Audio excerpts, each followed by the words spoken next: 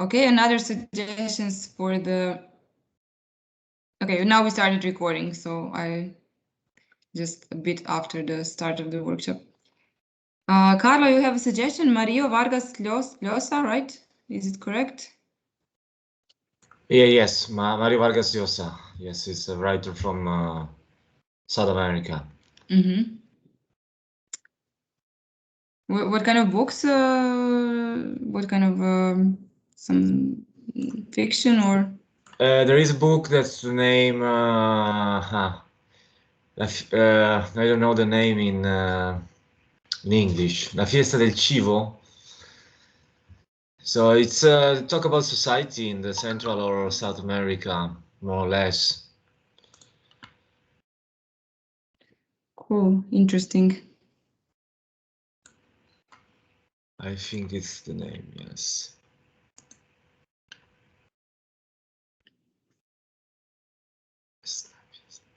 Okay, any other suggestions of wanna read books? Okay, Sandra, think about it. La Fiesta del Chivo. Okay, great.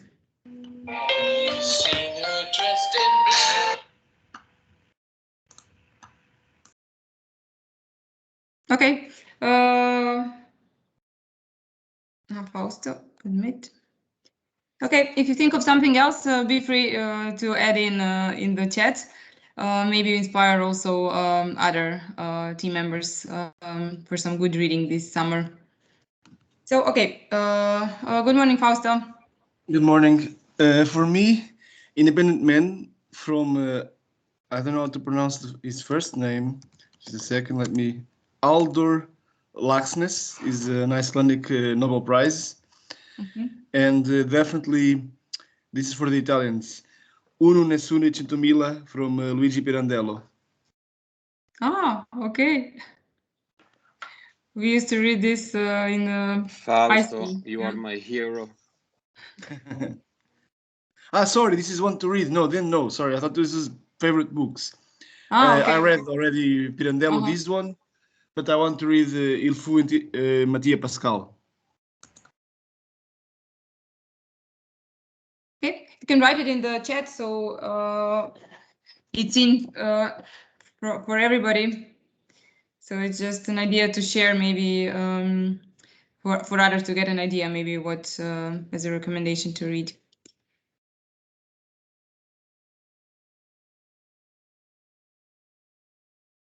Parthem. Mm-hmm. Yeah, it's I've read it. It's strange, strange book.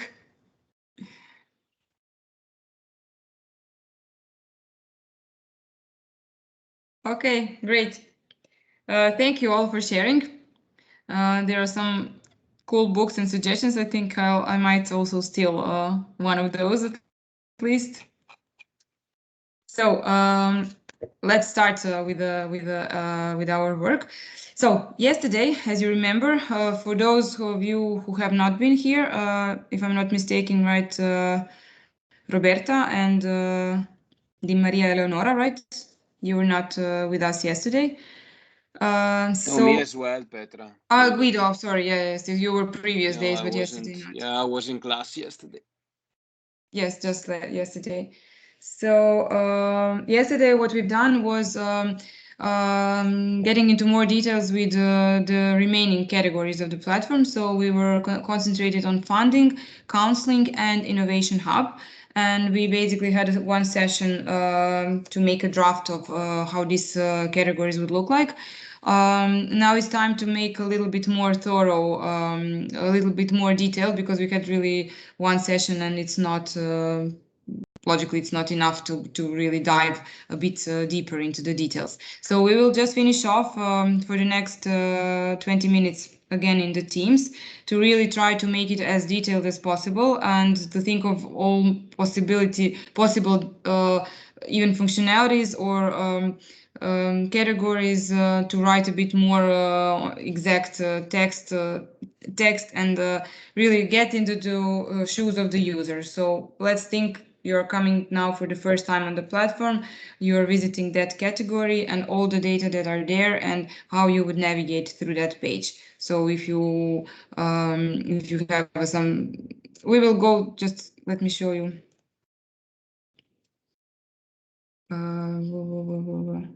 We don't have to go to all the separate boards, but all the teams will be able to work just a little bit more on their boards.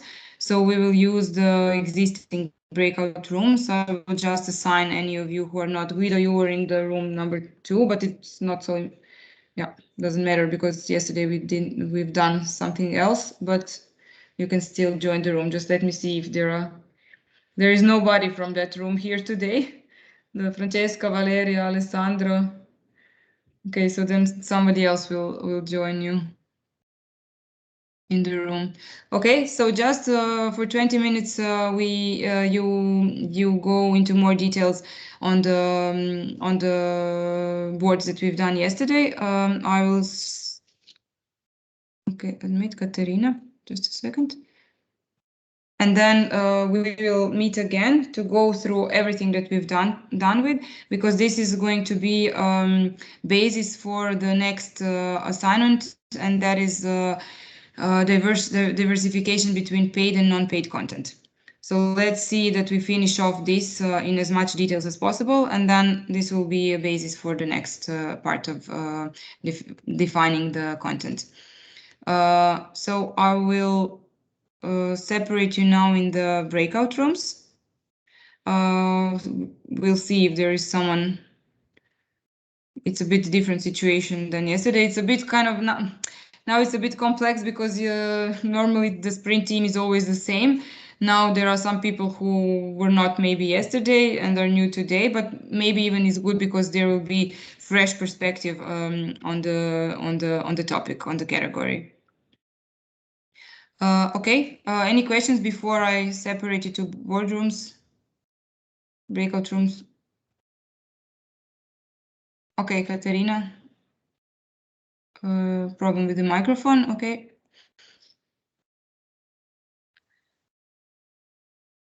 Okay. I will send you, separate you into breakout rooms. So let me just send you again here in case that you have lost it, all the boards, links to all the boards. So first one is for marketplace. I will send it in the chat. For the marketplace, for group 1. Map of excellence for group 2, which is also doing the counseling. So we are now concentrating only on the second part. So number 1, group number 1 on funding, group number 2 on counseling. So you will see each board has 2 categories. So we are just dealing with the second one now.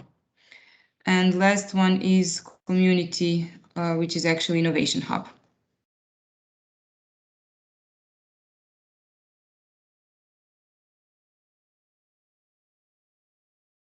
Okay, so here are links, direct links to all the boards in the chat. Okay, I'm now separating you for 20 minutes, and then before the break, we will have enough time to go through all the boards again, which is going to be used in the next session after the break for definition of paid and non-paid content. Okay, any questions before we go?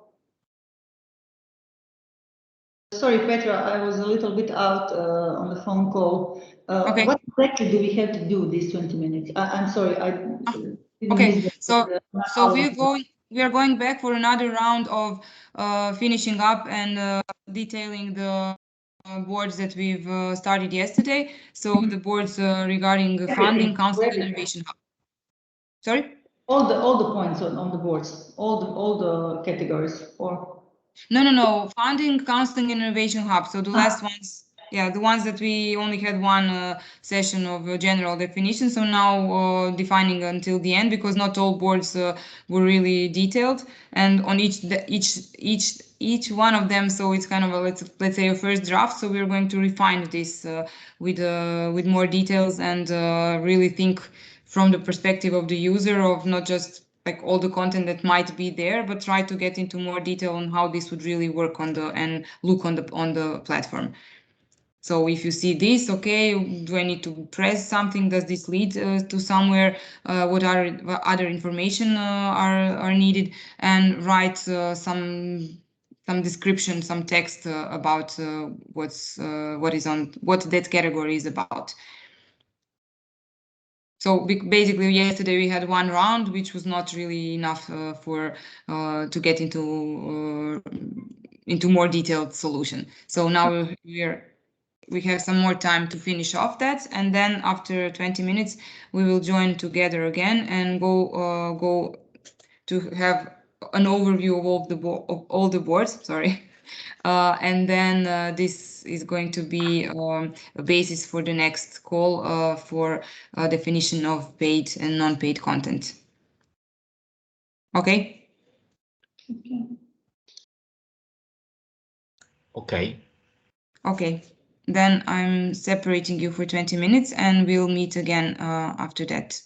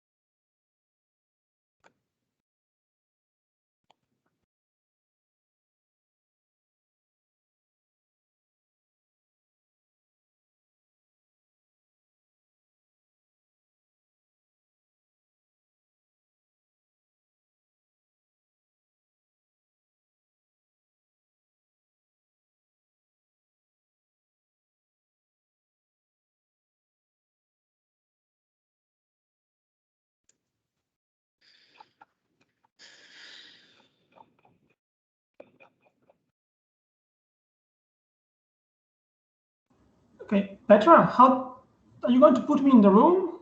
Yes, you are being moved right now.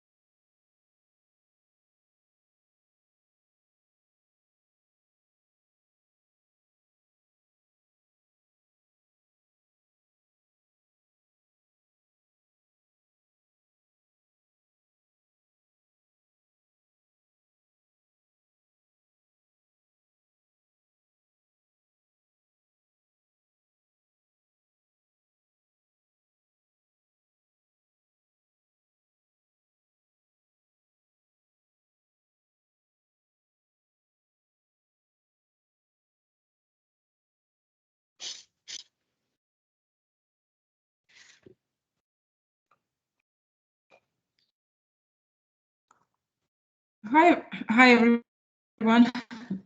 Sorry. Hi. Hi. Okay, so Hi. we're back from the break and from the finalizing the boards. Now I would suggest that we go together through all the boards to have an overview of everything that has been done basically yesterday and part of the Tuesday. And after that, we will all together try to define what is the differentiation. Actually, what can we use for making differentiation for paid membership? Does this sound okay? Yes. Yes. How was? Okay, let's start with the.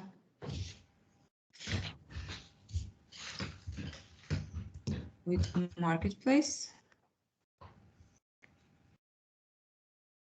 I suggest that as we go through the board, that we try to immediately identify what could be this trigger for paid content, and we can directly mark this on the board. Okay.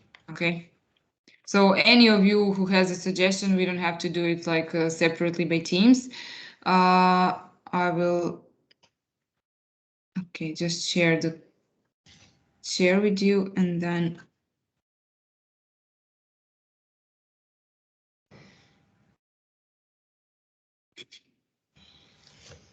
Okay. So first was the marketplace, right?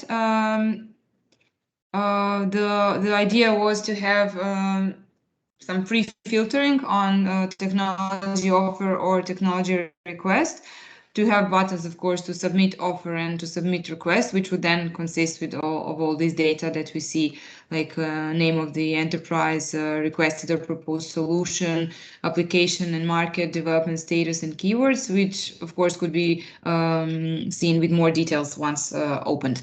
The search, the regular search with open filters, a lot of filters that you mentioned, like development status, patented, application, partner type, country, region, technology solutions, and different kinds of technology solutions, and partnership type.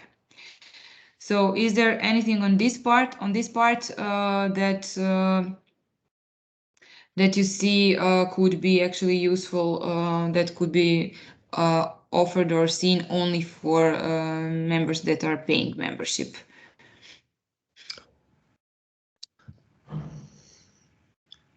I think that, of course, this part should be somehow furtherly related to paid session, because to submit an offer or request is one of the core activity connected for me to a paid. So mainly maybe a basic search with main data.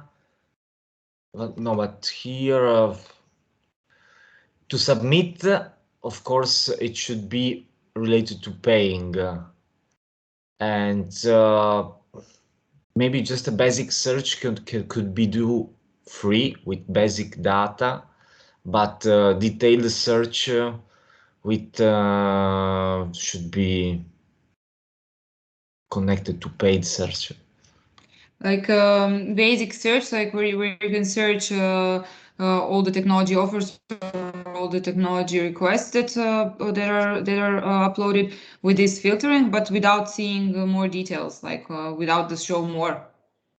Probably without possibility even to interact. So maybe just some hidden data, some generic information. This is maybe my point of view, but I don't know what's the opinion of the others. But okay, yeah, please, we would like to hear what others think. Thank you. So, any other thoughts on this? Yeah, just for the free, just the basic data, not the contact information of the expert who is submitting the idea. Just overview of the ideas and without any contact details. and the short description, just the basic data for the one that is free. And of course, yes, if you want to submit a full offer and request, that is definitely for paid content. Okay, so basically free, you could look for the offers and requests which are there on the platform, but just an overview, okay, with the name, maybe requested proposed solution or something, because even if you see the name of the enterprise or research unit, you can contact them directly, basically, probably. Yeah, and it, for example, if you want some information about funding and investment, that is also for the paid content.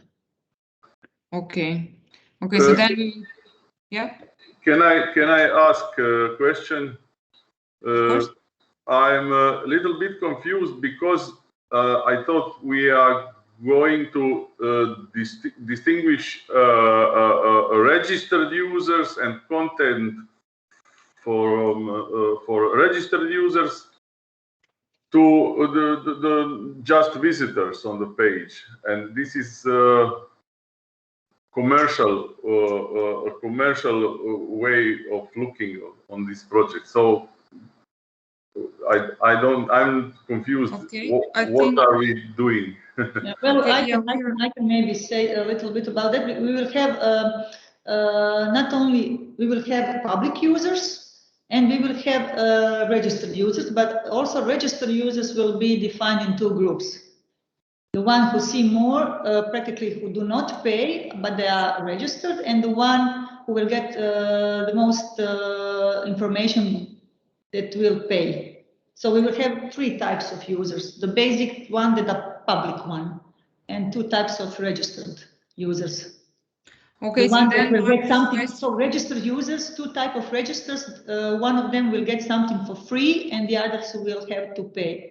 So that's why it's maybe confusing. So public users and registered users, and registered will be the ones who get something for free and someone that will have to pay. That is there. Then this comment is totally on place, because we actually are now we are kind of discussing this more in terms of like registered member, one that is paying for membership, yes, and one which is not paying, but also then to consider what about the general overview or the public user. And they just get the basic information and overview of some basic search of ideas, idea selection, projects or needs, just the basic info to be informed what's going on in the area. Okay, so in terms of this exact, I will start and then share with you later. I think it's better than to have it in the Excel. Free paid registered in free registered. So then to try to really make a distinguished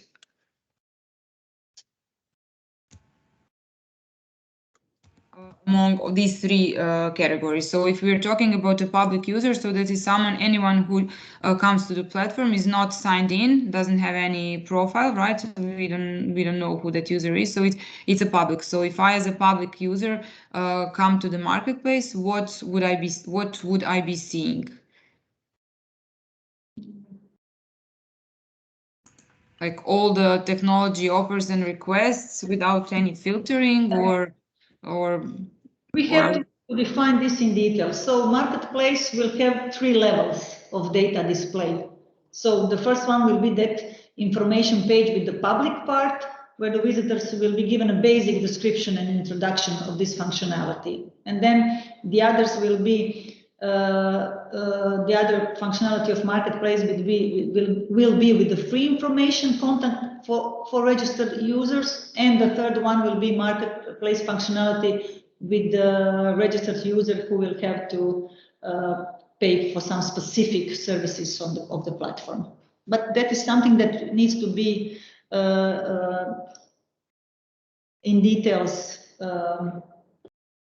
To be done in more details, but this is now the opportunity to try to make it more detailed. Three levels of data display will be in the marketplace.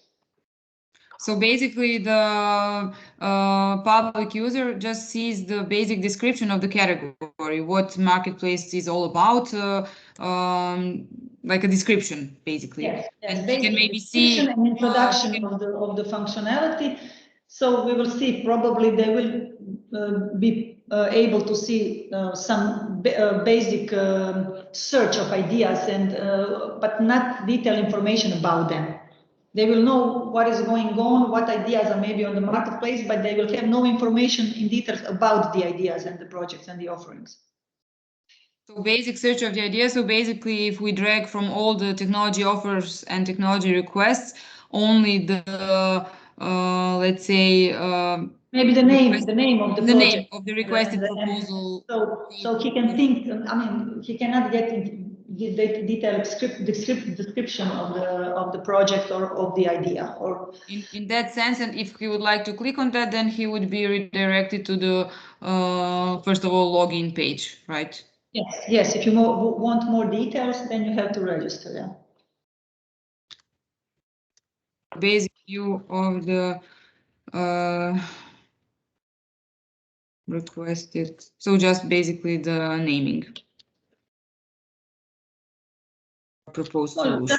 You can put basic description and introduction of.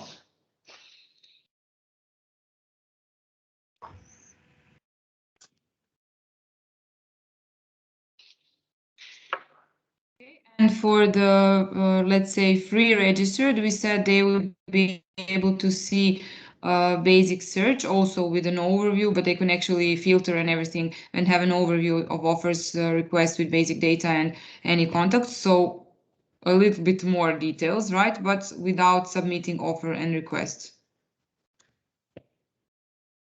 Well, probably, but we'll see how big a volume of information will be admissible to them. We will have to see that while developing the platform with the developer. Okay. Okay, this is just suggestions how you see it. That might be interested to motivate. Okay, then sorry, I'm skipping. Them to register, yes, to motivate them to register. Yeah. Okay, so basically for the marketplace, this is it, or yeah. So is this okay, Marco? Now we're actually looking from the three perspectives. So basic user which doesn't have any profile, and the one that is logged in but has free or paid membership. Yes, it's a little bit less confusing for me now, but I still don't have a clear picture what I'm having as a paid user, what I will get from the whole this thing, for example, and what I'm having without paying anything. But it has to be worked out probably in detail to be clear. Yeah. But okay. A lot of this has to be into more details. We're trying to use this time to get as much details as possible, so the more of it is done and there's less work afterwards coming, right? Okay, yeah, I agree. Okay, so for the marketplace, basically this might work as a main distinguishment. Okay. Then we can see about the funding. Okay, so the next board is the funding. You all see it? Yes. Okay.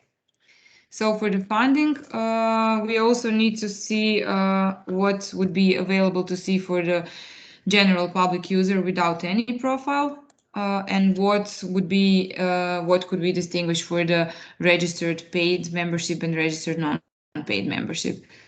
So on funding, we have some general funding information on basic funding tools at international and local levels. So different national, international calls, success stories, best practices, supporting application writing, links to reference documents or information. Then we have a separate category with funding opportunities.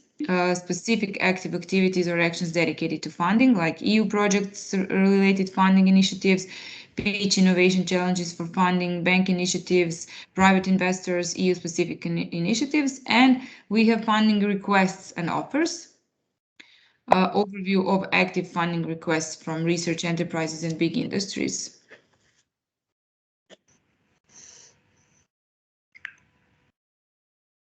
Probably I'm missing on this page, so we have funding information, we have funding opportunities, and all the filtering, funding requests and offers. How do we how do we submit these funding requests and offers?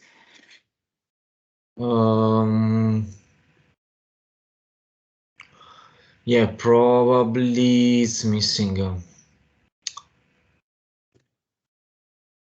On that section, probably we should consider to include a submit button or functionality. Yeah. By the way, that section should be, of course, let's say, to go in depth, should be related to paying something, and maybe general information could be provided, but to go in detail and to interact in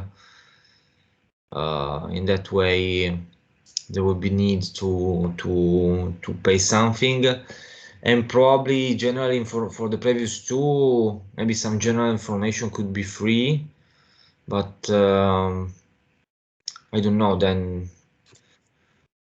maybe specific for funding opportunities, maybe something should be even connected to paying. Any thoughts on this? Okay, I included, so I will just put it up above this submit and offer request, and I've updated that for registered paid membership, it's possible to submit offer and request, not just look an overview of them, which is the same logic as we have for marketplace, basically, for offers and requests. Any other thoughts on that? So regarding funding information, so all the general information would be visible to everybody.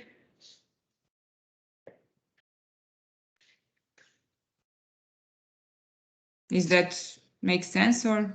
But to everybody, only this the calls. So this basic information about the calls, about success stories, best practices. So just info which you can find on any other page about the calls and about the funding programs, and so that is something that you can find also on the other web pages about this national international calls. So that is something that is definitely public.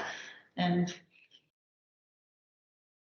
okay, info and funding information, so general information of all these international calls, success stories, best practices, support and links. And then regarding funding opportunities, is there a possibility to distinguish something for these three categories?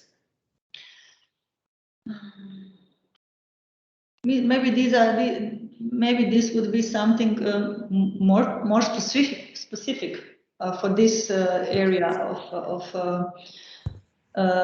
since this is the specific area of maybe some specific projects related, so that you cannot find anywhere, but only on these specific pages and websites.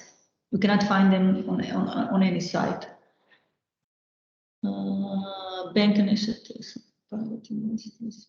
Yeah, maybe these are really some specific funding opportunities which and information about them are not available to everyone. But specific private investors to support innovation, maybe they don't announce that to everybody. So maybe they just want to attract specific only some group of people, not to announce that to everybody, so that everybody can ask or apply or something like that. You know? So if I'm a public user without any profile, I would go to funding opportunities. And maybe this could be this free one registered, but free one. The registered one that doesn't pay for. Okay, but as a public user, I would not see anything about the funding opportunities. There's general funding information, or this first pillar, funding, this general information about the general calls, international calls. That are not so specific that are not pitching for a specific group and area of. Okay, and then the next pillar with funding opportunities with specific active activities dedicated to funding that would be visible also to the free registered, and then the next differentiator would be the submitting. The paid one, to the premium, to the paid one. Submitting. Okay, so actually that is the logic how you are building. Okay. I think maybe that would be a logic for okay.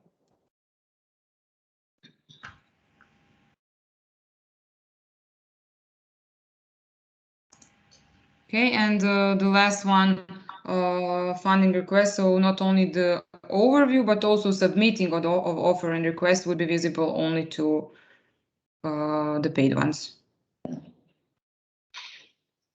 But also overview of active funding request, or the overview of active funding requests would be visible also to free membership, free registered.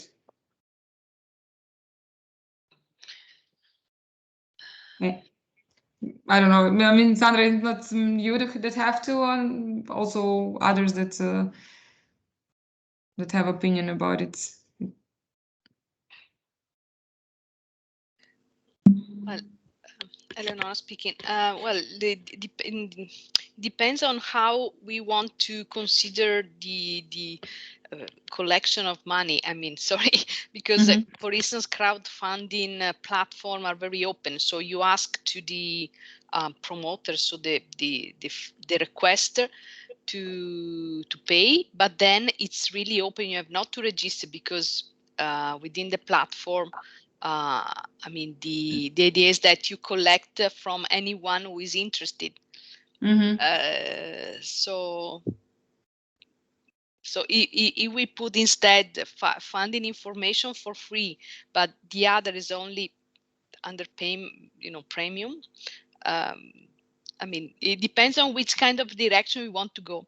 Because if it's just enterprise X search for 100,000 euro and just say I need 100,000 euro, it's different than it's an open call. Anyone who wants to support my project can. So which is the funding mechanism really, which is technologically, but is also really how really the money should be collected. Because I mean, it's from my point of view, but I was not in the past days, is not clear. So who is going to pay these 100? Is a public call?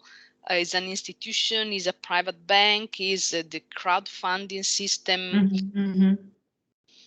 I don't know if it's clear at this point. Yeah, I personally, I think that on this website, which is specific for this specific area of work, I don't think that will be done to the crowdfunding way, because that is really, really open way of collecting money for some project. I think that our page that we will really do in this project in InnovaMare, I think it will not be based on crowdfunding, but I'm not sure. We will see with our project manager. If we are talking about the specific hour page that will be done. Okay. No, yes, because one of the issues is that if you are asking for money, then you need to share some, strategic, private. It's an R&D. Yeah, and so, I think that our InnovaMare website will be specified in this area that we are covering with this project, and trying to connect our business and scientific sector in this area. We want them to communicate and to work on joint projects and solutions in the area of InnovaMare that is InnovaMare covering, right? This is not an innovation hub. This is innovation hub for the area that our project is covering and that scope of companies and scientists. Yeah. Yeah. So yeah, in that sense, some general crowdfunding does not maybe. I think, but honestly, I'm not sure at the moment what is my project manager having all in mind. Okay, yeah. This is just my opinion now that maybe that is too open a way of funding in this website, in this area of work that we are now all involved in this project. I mean, for me, from my personal point of view, crowdfunding is usually done when some, I don't know, startups or people with new ideas don't have to wait to start the project, and then they are trying to collect money from everybody who wants to join and to help. And sometimes that is a successful story, sometimes it's not, but that is not something that is regular in some regular business processes. But it's more related also to some, mostly to some, I don't know, products or services that are more interested to the general public, let's say. They can they want to support it, yes. But this is, I think, a little bit bigger thing to collect money that way. And it's more specific, I think it cannot be done through the crowdfunding. Okay, generally, too many professionals are here involved, and an area of work is too complicated just to do it by some individual crowdfunding campaign. That's my opinion. Yeah. Okay. Okay. It definitely depends on the course and the high level, let's say, decision, but it does make sense. At the moment, so there's maybe no need to waste so much time on that. So if you approach that it's a specific funding from a specific company or specific fund, or who would, so not the general public that would, through the crowdfunding, raise money for this, in that sense, then can we conclude then that the free registered customers would see all these funding opportunities as we mentioned, but the paid ones would then the differentiator be for the paid ones to actually be able to submit offer requests and also to have an overview of these active funding requests. Yeah, because that is the way to make a real connection with somebody and to maybe do some real project that will have as a result a new product, a new service, and something that everybody will benefit from. So that's why this.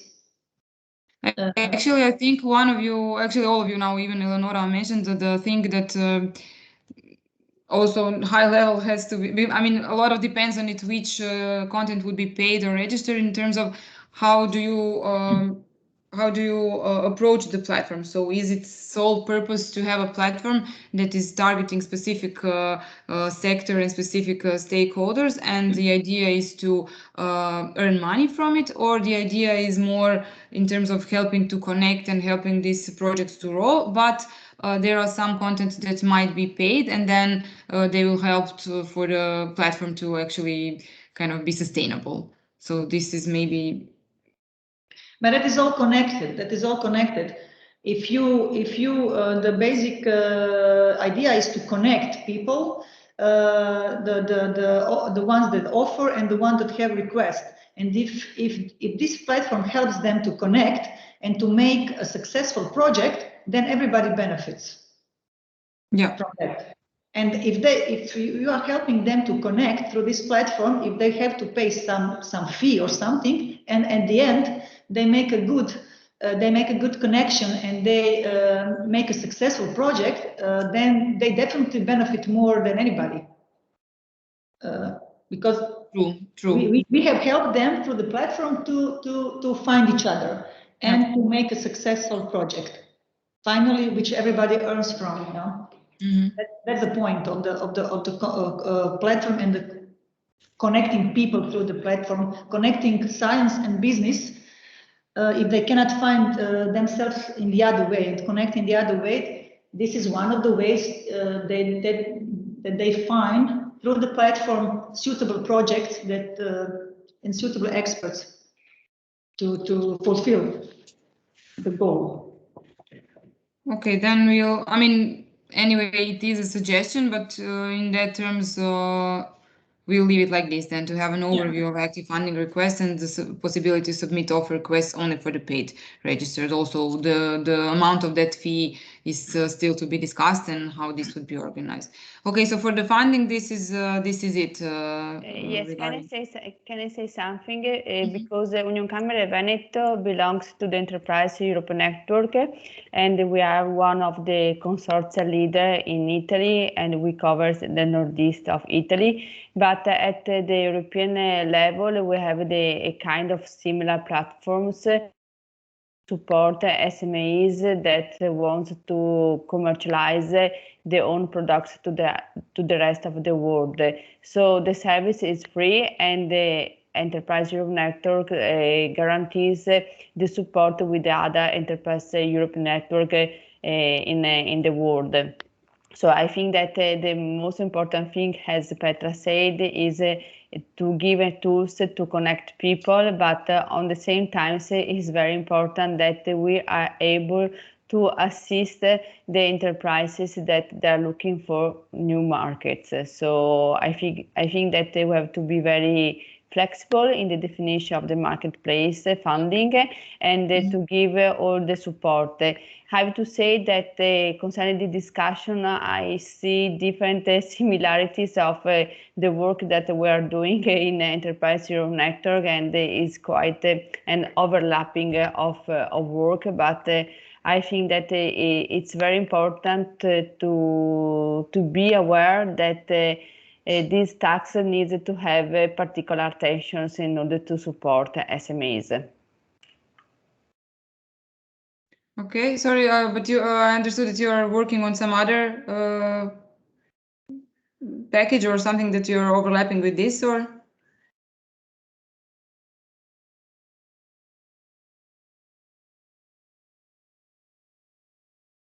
Okay, I don't know, I've lost you. Sorry. It was Roberta. Yes, okay. Yes. We are Enterprise Europe Network, and Enterprise Europe Network has a quite similar platform in order to assist SMEs that want to promote their own products in other countries. So I see similarities and also an overlapping of our activities. Okay. Well, that's another pair of. There are always some initiatives, of course, that overlap, but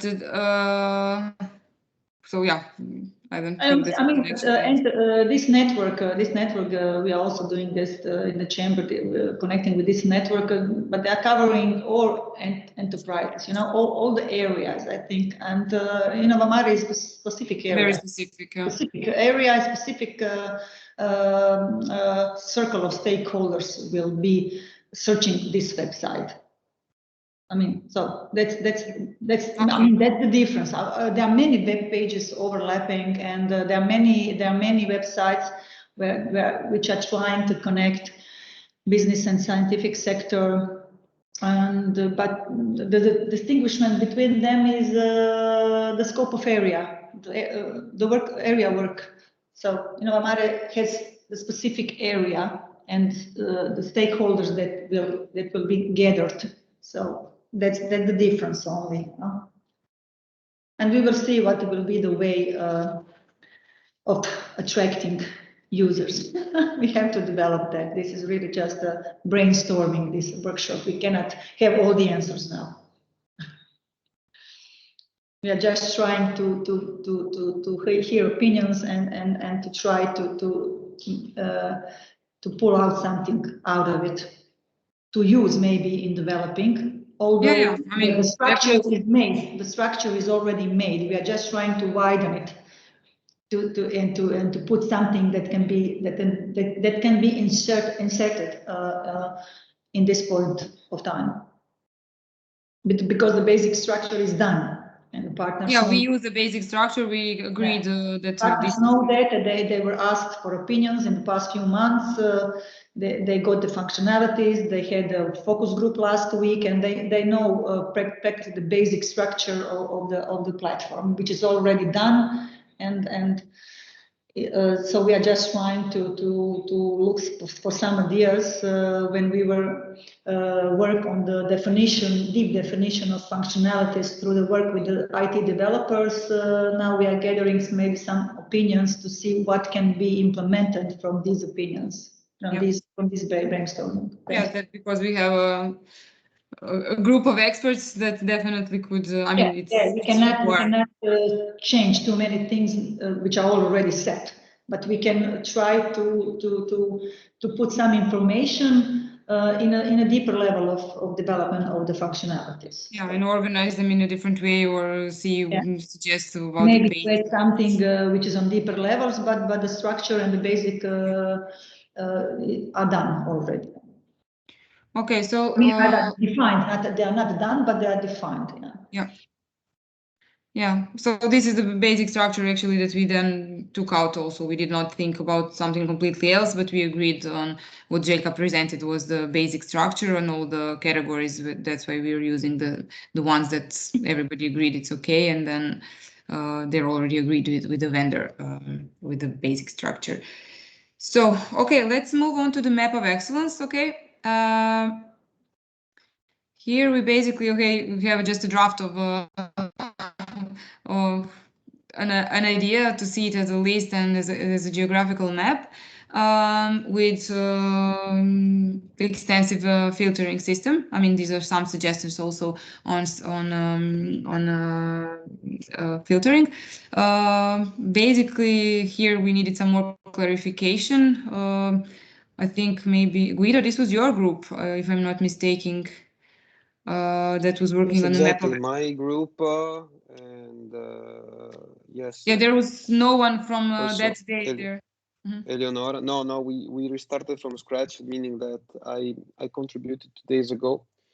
And then we were kind of confused yesterday about the filtering system. Like, should it be applied for everybody? And what is the partner page actually? Is it a separate page, or is it when you enter the certain partner? So we were kind of confused, and I did not know how to explain what was intended. No, the argumentation is always the same as we were saying before. You have to think at this platform with 3 different levels. The level 1 is the free information that is just basic information, and sometimes part of this information is hidden. The second level is when you log in and you have, for example, all the info related to a partner, where he is, the specialization, the technologies that the partner has, and so on and so forth.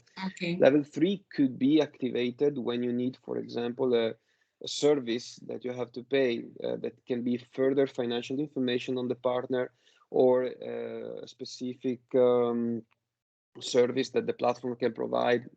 That's quite difficult, to be honest. Okay, but the third level should be activated when there is, let's say, an economic interest, let's say strong economic interest behind. And that was also the logic that we followed for the counseling part that we found, let's say, in the map, but we didn't know where it originated from, let's say. So we concentrated on this counseling part because we had no much time, let's say, to. No, it's okay that you did not do on the map of excellence, but we were just confused yesterday because there was no one from the group that actually suggested what was the difference. But okay, as far as understood, then from map of excellence, basically the public user would be able to see the map of excellence in terms of just the map as it is with the map, the points, the dots, and the fact that there are lists. some partners, let's say,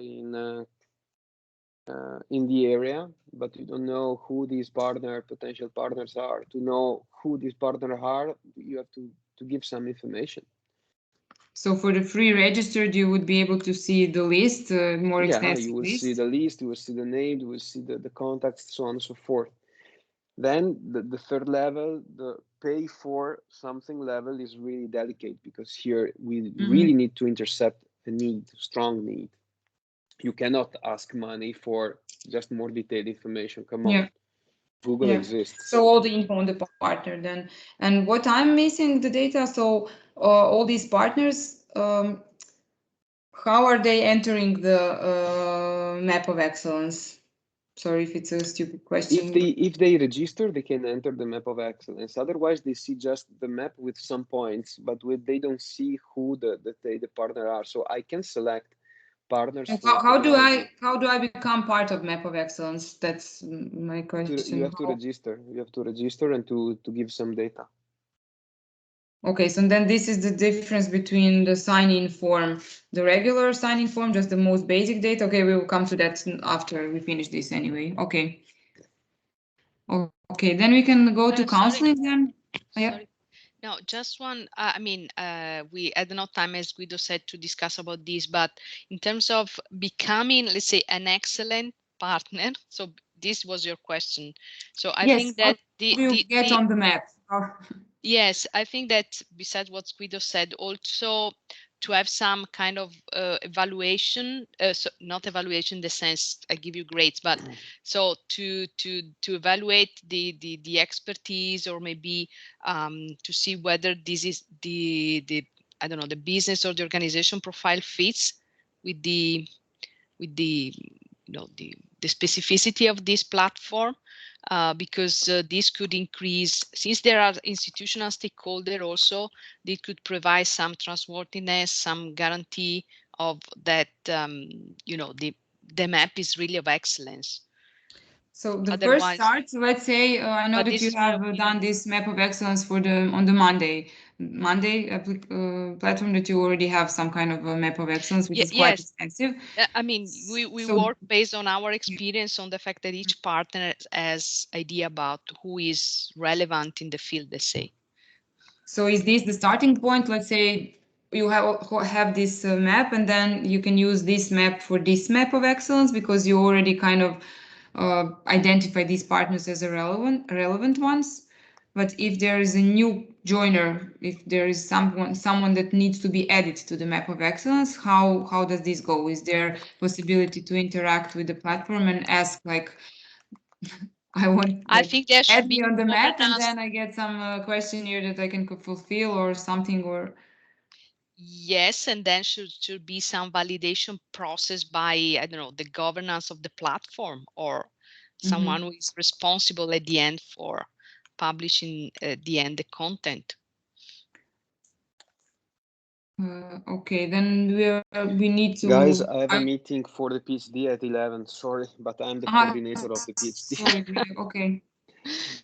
Bye. Bye. Okay, I will just write it like really basic button, let's say.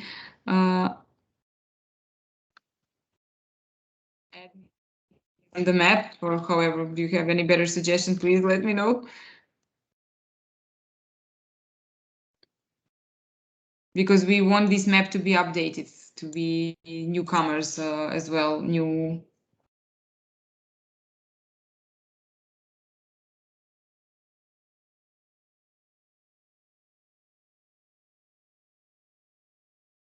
Okay, so the map of excellence, as we said, map and list of partners, more extensive list with some details for free registered, and all info on the partner for the paid registered. And the starting point for the map is the map of excellence that you have. But we also discussed how could we make this appearing on the map of excellence, like some kind of a question of, let's say, prestige. I mean, not just the name of it, map of excellence, but it really it's trusted that there are either certain criteria that you have to fulfill and show why you should be on the map of excellence, not just because you are any company or any, I don't know, stakeholder that is doing something in this field. Because you mentioned that you would like to have this kind of, is it possible to have it a point of a status, like being on the map? So it's not something that we can maybe discuss now, but just to think about what would be the criteria that someone can enter the map. Okay, Marco, thank you. So we did not go into more details on these criteria, but it's something that is also to be thought about. Okay, can we skip to the counseling then?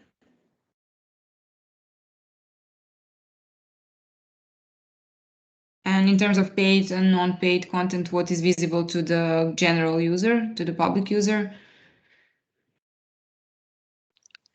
So we discussed, we had the slides, the following slide. Okay. Okay.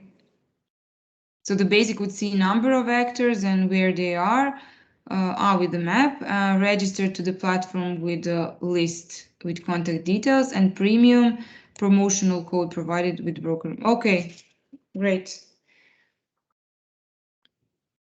I don't know if everybody just to clarify to everybody, since I think we discussed this internally in the group. So promotional code, meaning so we have on the counseling, we said that we would have, let's say, different categories, for instance, technology transfer assistance, and then if you enter inside, you would clarify what kind of assistance do you need, for instance, patent or support of commercialization or technology selection assistance.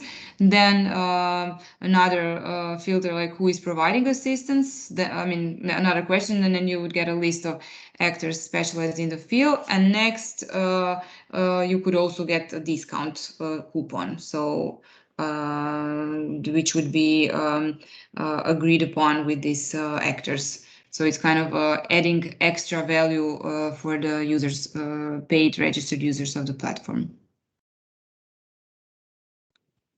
Okay, any thoughts on this or from the rest? That's fine for me.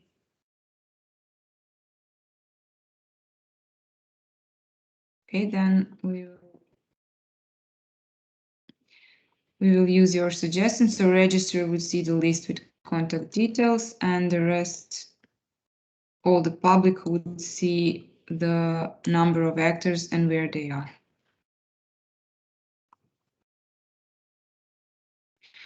Okay. Yes.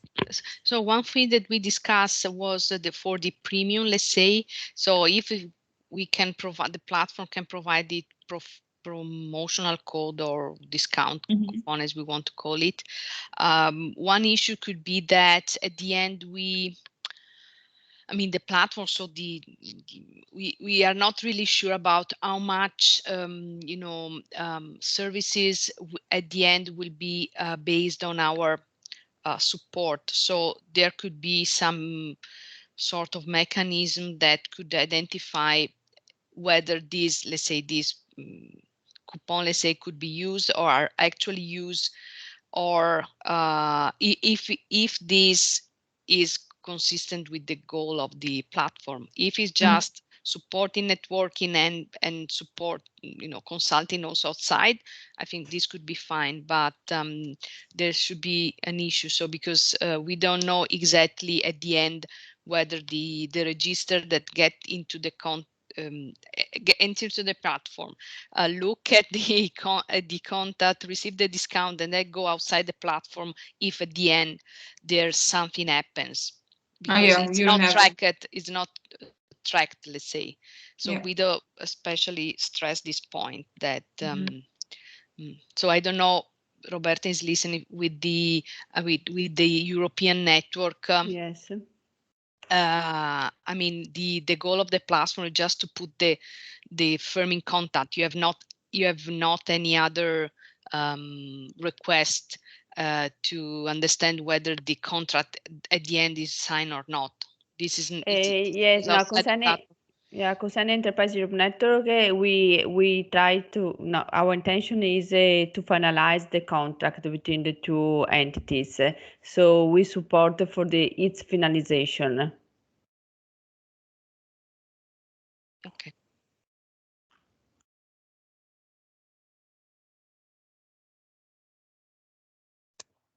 Okay. Was that all that you wanted to share regarding this?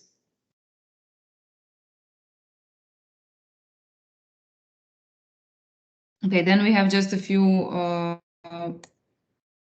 just the last one then to see about the community and the Innovation Hub.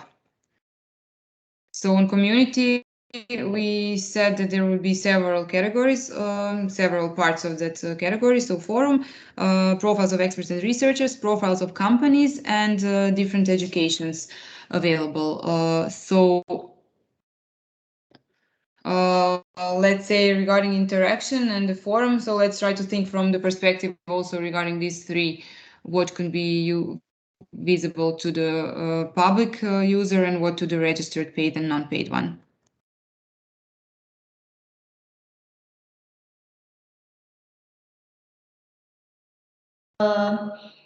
Honestly, when looking for some other web pages and the one that we have created recently on a national level, we didn't even put a forum for the basic users. We just put a forum for the registered users because the registered ones are the one that want to discuss about some specific topics regarding the area that this web page is covering. I think the basic users are just looking, reading, get informed about something, but I don't think that they will have a need to have some discussions about some specific related topics. And from my point of view, a forum is for the registered users. The free one and the paid one. I mean, but the forum is available to everyone. I think the forum is not something that will be under the payment methods. It shouldn't be. I mean, anybody can join the forum. Yeah, just for the. Anybody can create a topic and discuss. That is something that. But I think that is useful. That would be useful for the register. Doesn't matter. Doesn't have anything to do with payments. I put it like this, just for the way of sharing opinions about anything on a free level. Yeah. It's not like a discussion. And then for the general user, like a public user without any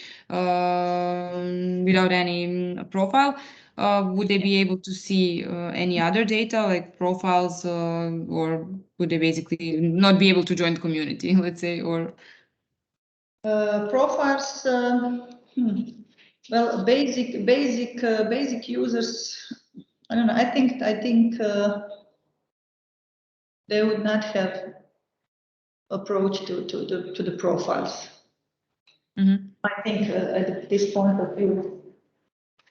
To any segments of the education then, or in general, no access to community, let's say, sort of, or some content they could still use from the platform, even if they're not registered.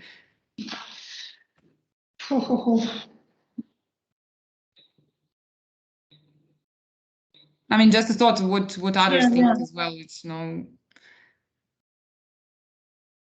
I mean, the only the registered should have access to the profiles of the detailed profiles of the institutions and the researchers.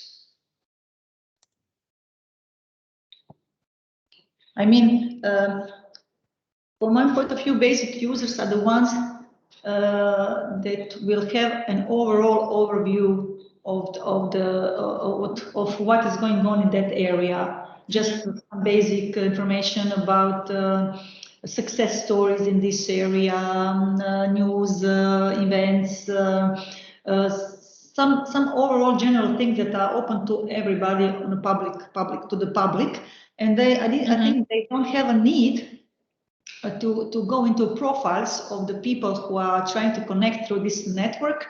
If they want that, they have just to register on free level.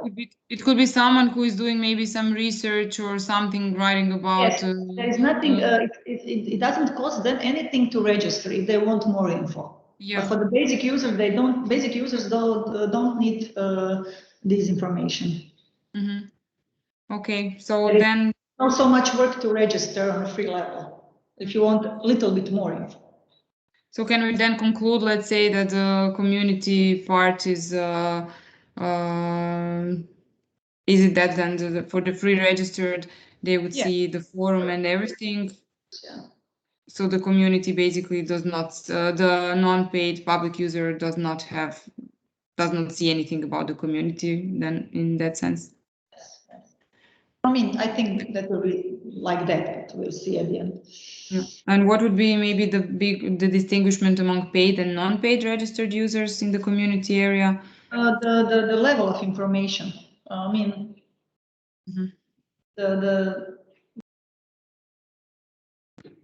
I think the level of maybe the level of information. I don't know at this moment. Maybe I don't know if somebody can give an opinion from the colleagues. What do they have to publish? For example, our colleagues, the experts, what would they want to have published for free, and what would they won't want everybody to see? I just need maybe our researchers can say something. What do they think should be published free or not? I'm from chamber. I don't have anything to reveal. So if you go into the community and see the profiles of experts and researchers and profile of companies, education in these categories, what would be kind of tempting for a paid membership, like an additional feature that would be visible? It doesn't have to be paid, or give it or give information for every register. I don't know. What do others think? Do they put all of the information public? Hi, I would say just that in my opinion, if we should for a registered user, he should, but not paying, should have just access to basic information like name, organization, not maybe I don't know if the contacts should be all available, and maybe also basic information on the activities. This is registered but not paying. So for paying should be somehow more technical habilitation. Yeah. Maybe definitely contacts are only for the paid one. That is definitely the detailed contacts are only for the paid. So mail, phone number, that is for the paid definitely. Because not everybody can contact that person, or just the let's say the serious one. Sorry, just to interrupt, but if we are talking about researchers that are in universities, I mean, all the contacts are already available online. I mean, my contacts are available online for free because I part of a university. All the websites provide this kind of information. So some do, some don't. That depends. Yeah. I mean, it's tricky because you mentioned actually that maybe not all the data should be even visible, but only, let's say, name, surname, and maybe somebody mentioned even not even maybe organization, because to insert link to the LinkedIn, because there everything is updated, so you don't have to think about it. It's updated on the platform, and in that sense, I mean, you can also contact anybody via LinkedIn, basically, if you have their link. Yeah, because LinkedIn doesn't give you information about your email, your private email or something like that. Yeah. So that is a type you are connecting through LinkedIn. You are not giving them your personal mail addresses. Although on the websites of the universities you can see a mail address directly, but the phone numbers are usually not direct. That is the most. I mean, the phone number is rarely available, or some general number or central number of the university, but not usually direct number of the person is online. I don't know. It depends from the institution to institution. Yeah, I think it's more in terms of a companies not so, universities maybe, and some research centers they have. So the company definitely I think you cannot find data about phones and something like that. That is internal data of the company, and I don't find personal data of the workers on their website. Only the general, the management, the some sectors, but they always give the number of the secretary, you know, the central number, the personal number of the person. So you cannot access certain the president of the board, or you cannot access directly. Okay, then maybe we can leave it up to the discussion as well. But let's say this detailed contact data, yeah, with the phone, mail, etc., is still questionable regarding the category of the profile. So let's see and to discuss then. And regarding education, I think we didn't discuss that. Is there something that should be differentiated, or basically all the education is visible and possible to all the? Education is also for registered. For registered, yeah, and just then for the registered. You can distinguish just the amount of materials or I don't know, value of educations. The content, the amount of the content and visibility of the content. For example, you can see only basic materials, you cannot see the whole materials, or some short videos, not the whole webinar of the education, something like that, you know.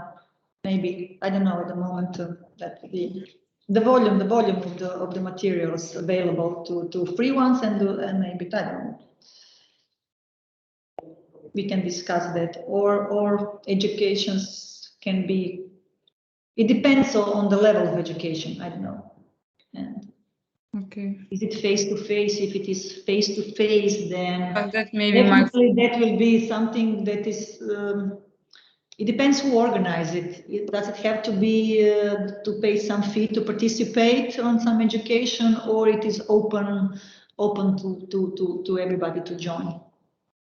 You know that sometimes you can go on an education, you can just register, and sometimes you have to pay some fee to go to some education. So it depends on the level of education and who is organizing it, I suppose.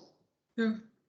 Okay, maybe this is all cannot be defined. We can only discuss it, but and give opinions. But yeah, no, but the idea is to give opinions. No, we cannot make any decision here anyway. We are just sharing opinions.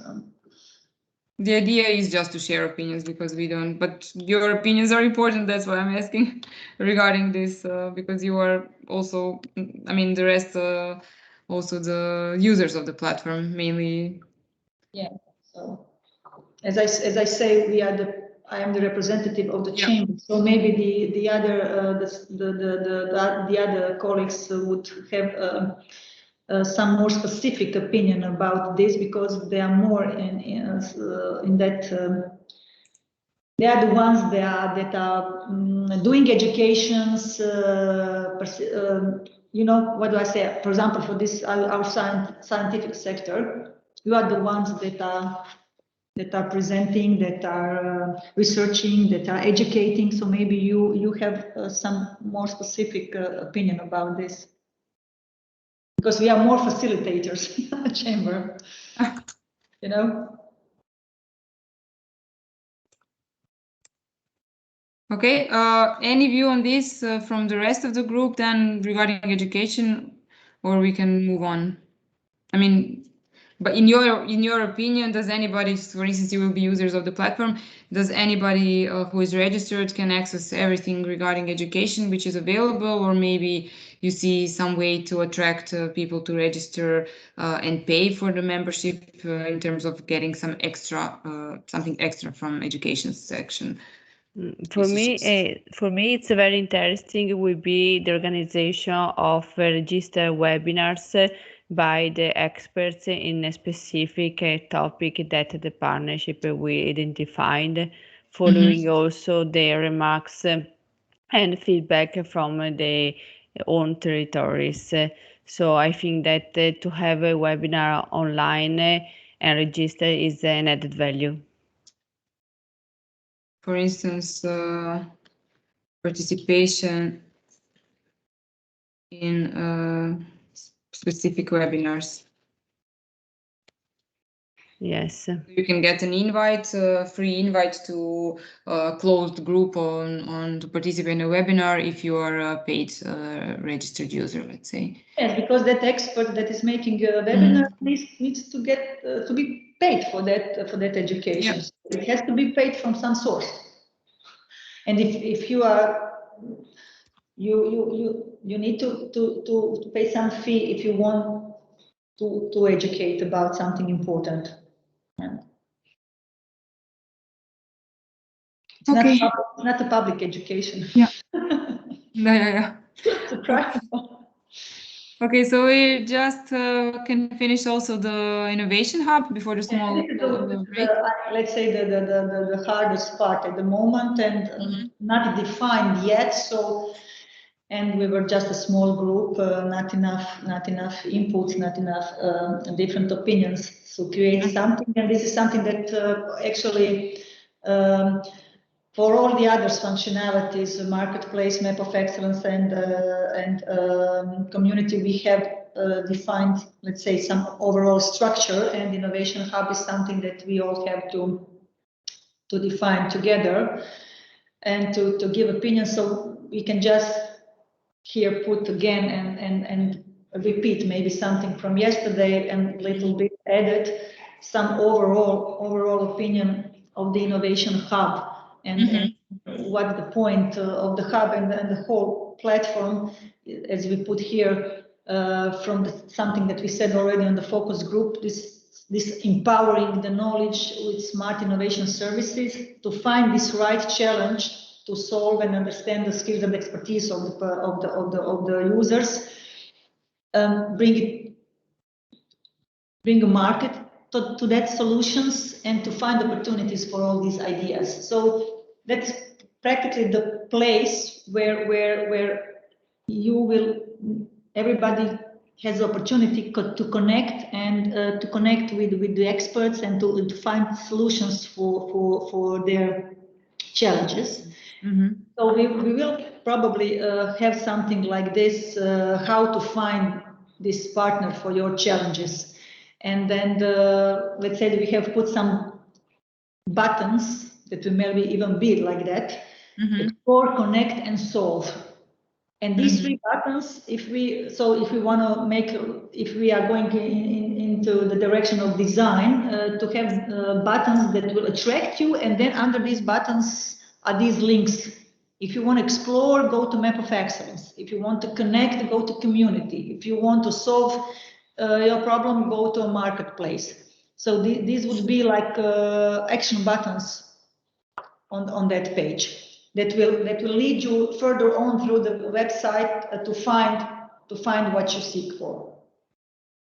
And on this website, you would have a chance to submit that challenge. So if you don't have the defined idea, this will be the way to submit your challenge. As Željka yesterday said, we will have to define this guided process, how to discover the best solution and find the best expert. And that will be probably, you will start on this page and then it will lead you to the counseling. And then you will have probably a way, some kind of form to fulfill, to submit your challenge. And this form needs to be defined, yes, in all levels. Put a description of the challenge, put the materials that explain more of that challenge, whether it will be the documents or video materials, it depends of the challenge. But definitely there needs to be some form where you have a chance to describe what you need, what you want, what you seek for, and to upload all the necessary materials that support that form.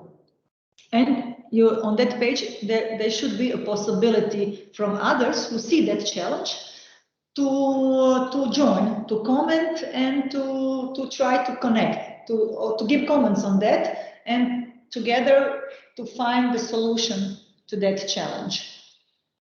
And also there should be a link that anybody can go to see. Everybody can go to see profile of the person who is submitting the challenge.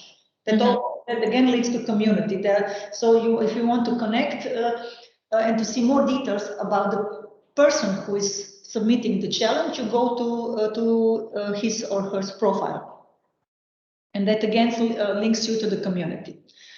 And that is something, the point is to find the best way to give more information to the one that is submitting the challenge and the ones who are reading it, and to lead them to all the sub pages to get more information, to get some final opinion about that. And of course, at the end, always link to the news and to the events that are giving more information to the user. It is always something that should be on every sub page. That's basically for the beginning. That I would like to see the opinions of the others. What do they think Innovation Hub should consist of? What do they expect? What do they? I mean, they are the ones that will be connecting with each other. Unfortunately, we don't have now anybody from the business at the moment to say something, but we do have maybe from the scientific area. What do they expect from Innovation Hub section? Thank you, Sandra, for the thorough clarification. So, okay, let's try to hear from. We have a few minutes more on your comments regarding Innovation Hub and expectations.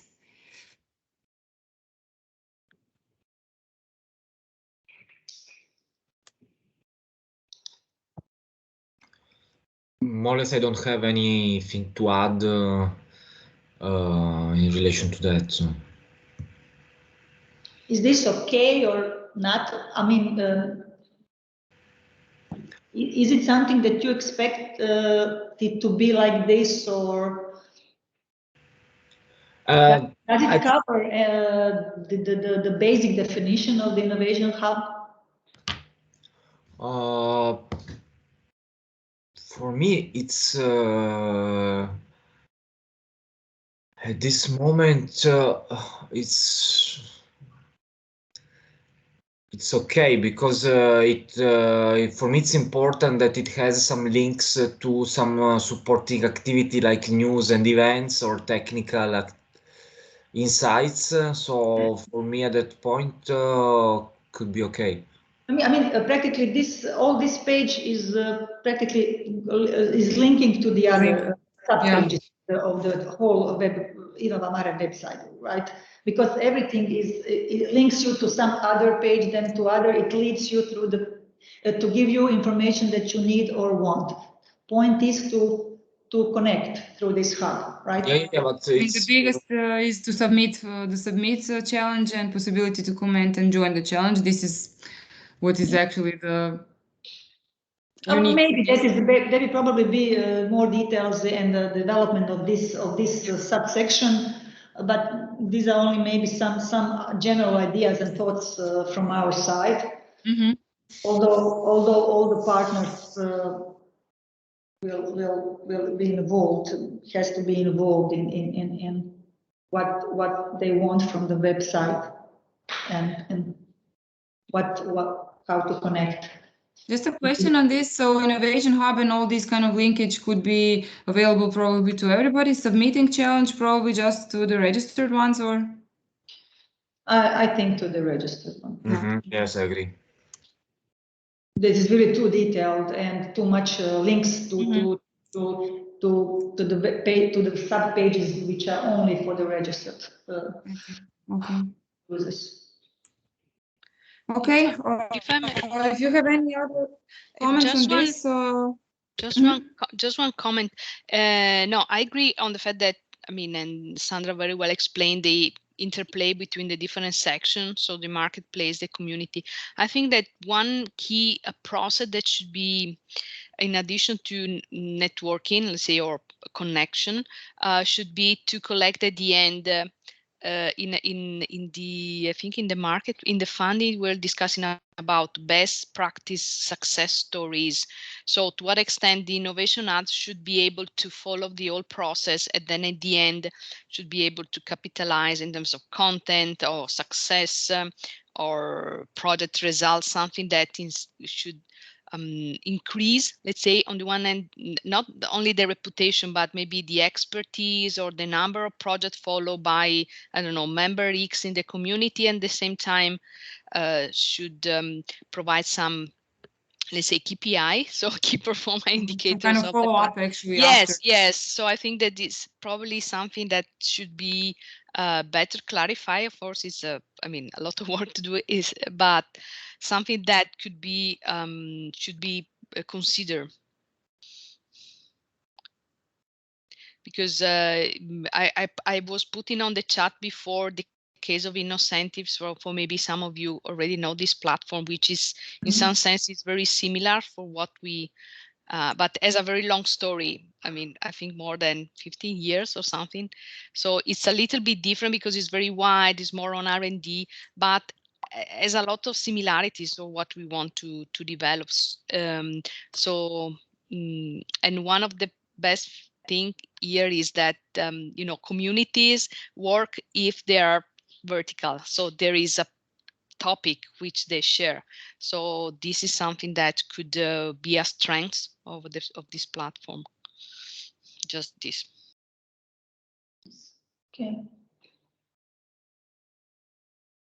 Okay, I'll put it down to somehow. I think if we do manage to success stories and all the projects that are done that let's say successful. I think these things should be available on the main page to all the public. You know. Yeah. Just the question is how to get those. The result of all this communication and collaboration and everything that comes up from this, that is successful and that is that came to the final stage of collaboration, that you have a project at the end or anything, commercialization of anything, that all should be available on the front page, in the news, and to all the public to see the outputs of this collaboration through this platform. So that is definitely something that will be collected and presented to all the public on the main page, from my point of view. Yeah, I think that the comment was more in terms of to really get the somebody connected, but to get then the follow up from them. Are they going to kind of report? There will be some kind of a report in terms of the course of the project, or how will this be followed? But maybe this is the supporting organization also that will know about this. I don't know. So yes, probably facilitator, yeah, or somebody who will be who will take care of the administrating the platform or whatever. Okay, I will put it down just to not to have in mind to have a possibility or even to think about how to collect this follow up. Okay, we have a break now. So we went through all the categories, tried to identify some at least suggestions for the public free registered and paid registered users. So let's have a break now, and then at 11:50, okay, 11:50, we are back for the last session. Okay. Okay. Thank you. See you. Yeah.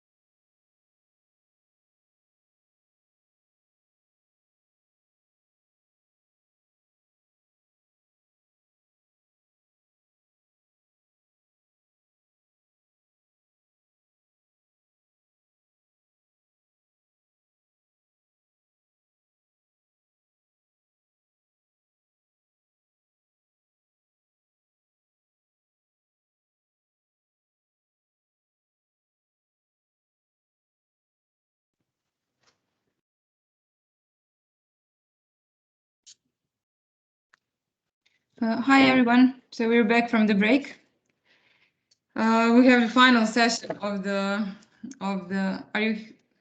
Hope you're all here. Yes. Yes. Yes, I'm here. I just realized I didn't stop presenting. Yeah, me too. Oh, hi, Guido. Welcome back. Thank you. So we are getting closer to the finalization of the sprint. So basically, we've done a lot of work, as you said, extensive, intensive, and quite thorough as much as we could in this way of working and the way of interacting and with the information that we have and very time limited span that we had. So okay, Maria, thank you, Di Maria Eleonora. We went through all the categories of the platform. Yesterday we also had a round where we tried to suggest some ideas on how to increase awareness of the platform. I would use now opportunity to have one short discussion on how to engage stakeholders to be active on the platform and to use the platform through different kind of initiatives, pushes, rewards, contacting throughout the platform or throughout projects. So how might we engage their initiative, how might we increase engagement of the stakeholders? So we'll do a short brainstorming session as we did yesterday. Yesterday on the topic of increasing the awareness of the platform. So let's take a few minutes for yourselves to think about how might we increase engagement. So engage stakeholders to be active and continue to use the platform. So not only, okay, even once they apply or once they register, how to actually have them continuously interested and active, engage on the platform. So coming back to the Jamboard, I will share for those who don't have. Petra, do we just continue on the yesterday's thoughts because we put a big amount of ideas yesterday? Yeah, so we put a big amount. So we just want to put more opinions or from the people who were not yesterday there or what? No, we are doing another topic, not to increase the awareness of the platform, but how to increase the engagement with the platform of the existing users. So the users that will be using the platform, how might we increase engagement on the platform? Because that was one of the topics that rose when we discussed the sprint questions and the how might we questions at the beginning of the sprint on the first day. So how might we increase engagement of the platform? So think about any communication with the platform, with other users, notifications, rewarding system, whatever comes to your mind. So take a few minutes, let's say 5 minutes for yourselves, and then we will put ideas on the board and comment and build upon ideas of others.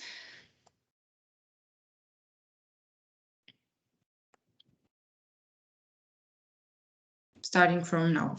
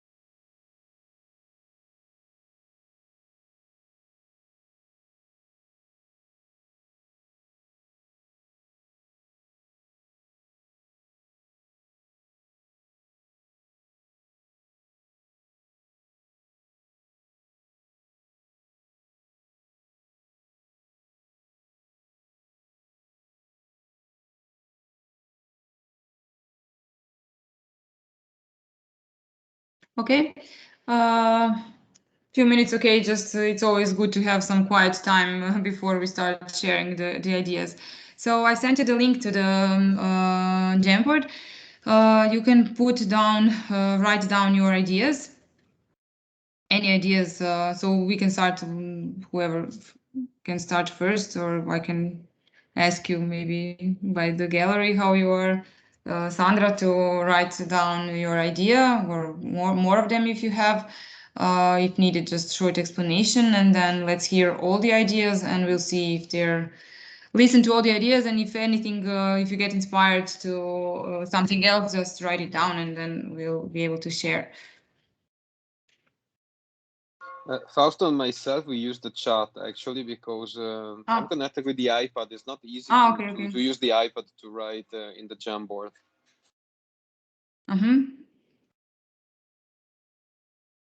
Said if it is awareness, okay. Yeah, I can maybe start because I'll need to leave. I still have some stuff to do for tomorrow. I was mentioning maybe gamification. We could have a double role of educational aspects and also increasing engagement, you know. It doesn't need to be a game, but something that's related to gamification techniques, let's say. Some kind of point collection or something like that. Levels, or maybe... Yeah, something like that. Like a basic member, pro member, or something like that. Yeah, something like that. There's some websites, news websites that, for instance, if you comment more, you raise your level of commentary. You are like initially it's a beginner, then it's junior, senior, expert, etc. So it could be something like that. Okay, that might be interesting for people to stay keep engaged. Thank you very much, and then good luck, Fausto. Thank you. For tomorrow. Yeah. Thank you. Bye. Have a nice summer, all of you. Yes, thank you. You too. Just one note. I'll send either today or Monday. I'm still waiting for the information, but I'll send you information about the course in Šibenik in September. Booking code and all the program. This is all for all the partners.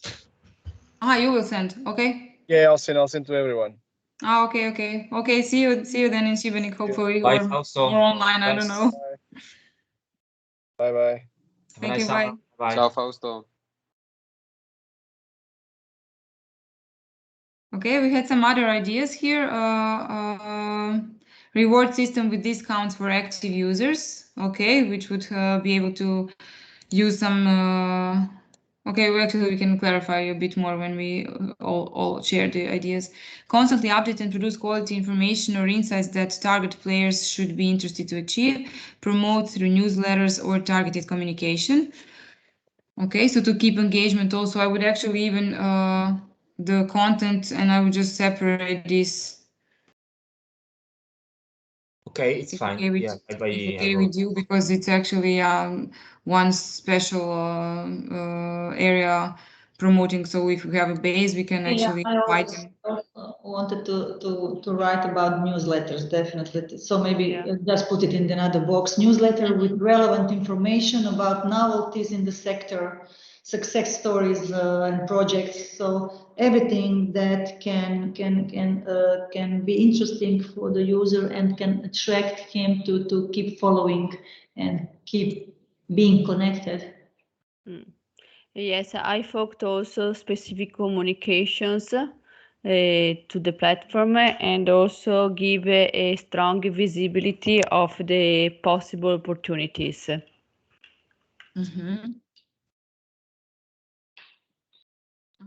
Okay, well, are you writing it down, or shall I write it? You did that because I'm problem with the links. Okay. Yeah. So give high visibility at the potential opportunities.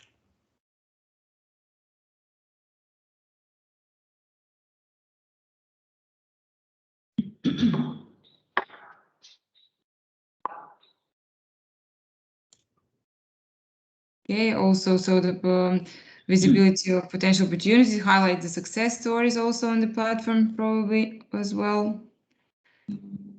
How else could we increase engagement? Ask ask users to be more active and engaged throughout the innovation platform, throughout asking or requesting, submitting offers and requests.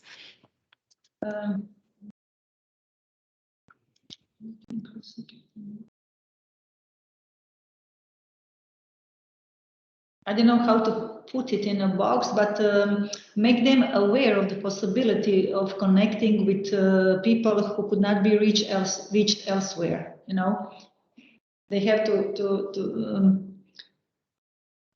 make them aware and to see that through this site they can reach and connect to experts and users who could not be reached elsewhere. I don't know how to put that in a shorter. Yeah, also thinking how to emphasize the benefits of reaching the community, the benefits of the community that uses this website, the community that could be reached through this website.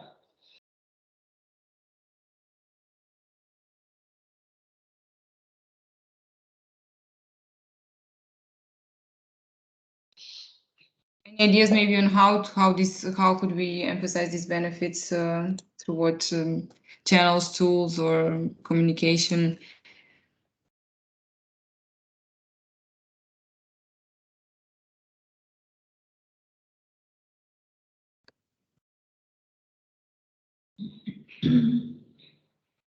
Okay, any other ideas on increasing engagement on the platform?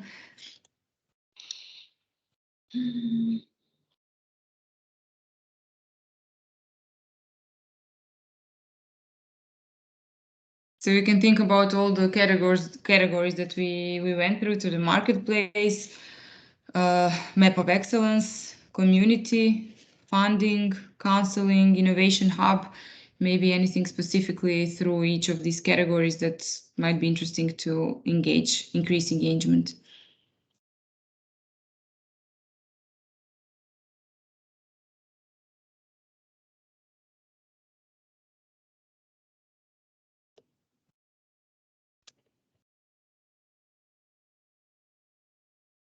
So if we are talking, as we said, about existing users, so those are the one, probably the registered one, to keep them following the platform all the time, it is necessary to update all the time, to update informations, news, to bring always everything that is new, to put it up there on time on the front page, to revise information about in the community, to upload new contacts, new things, new technologies. I mean, if everything is updating, then the user will see that the page is really working and that is being used.